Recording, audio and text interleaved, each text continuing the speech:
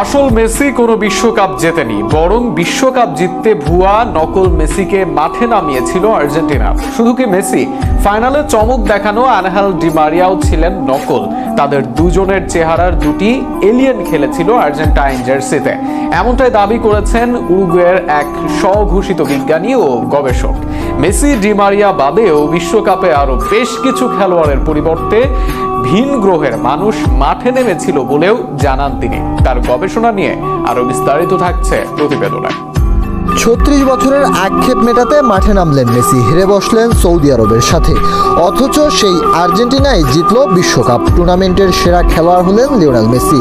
অথচ সেই বেলা শেষে পেনাল্টি বিতর্ক, রেফারির পক্ষপাতিত্ব ছাড়াও নতুন এক বিতর্কের সৃষ্টি হলো। আর্জেন্টিনার জার্সিতে নাকি খেলানোই হয়নি মেসিকে, বরং ভিন গ্রহের মানুষ অর্থাৎ এলিয়েন দিয়ে খেলিয়ে বিশ্বকাপ জিতেছে আর্জেন্টিনা।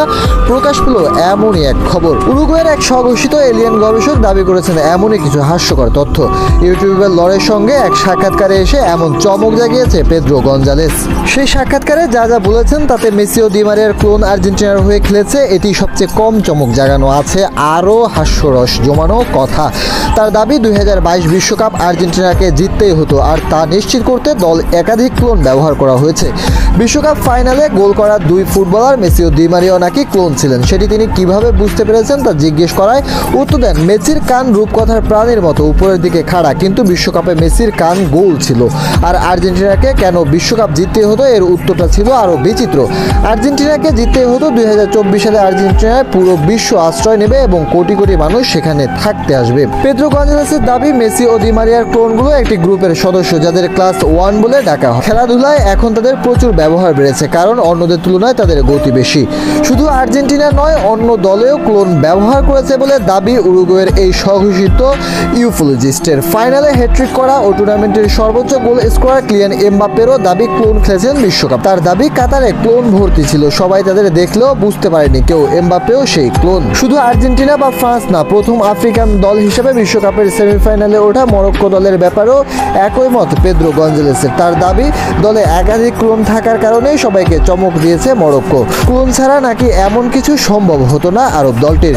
মার্চের শুরুতে দেওয়া এই সাক্ষাৎকার বেশ ভাইরাল হয়েছে, এমনকি আর্জেন্টিনার ওলে ও ক্লোরিনের মতো বেশ কিছু গণমাধ্যমও সংবাদ ছাপিয়েছে। তবে এই গঞ্জালেসের কথা বিশ্বাস করার চেয়ে পাগলের প্রলাপ শোনাই ভালো, কেননা তিনি নিজেকেই অর্ধেক মানুষ আর অর্ধেক ভিন গ্রহের প্রাণী অর্থাৎ এলিয়েন মনে করেন।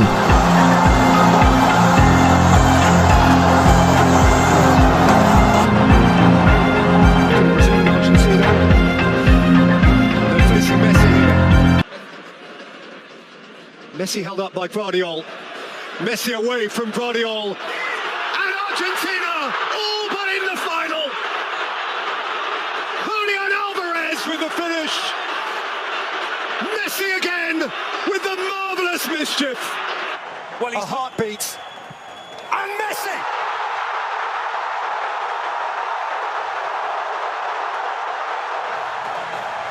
Martinez! Messi! No, it's a goal.